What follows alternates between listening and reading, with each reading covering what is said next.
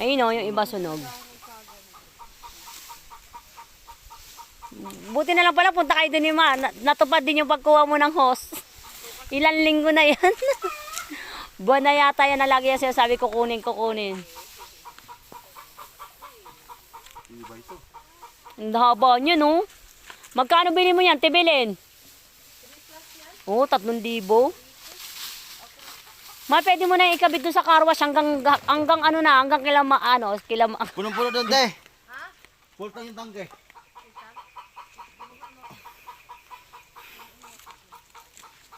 Haba.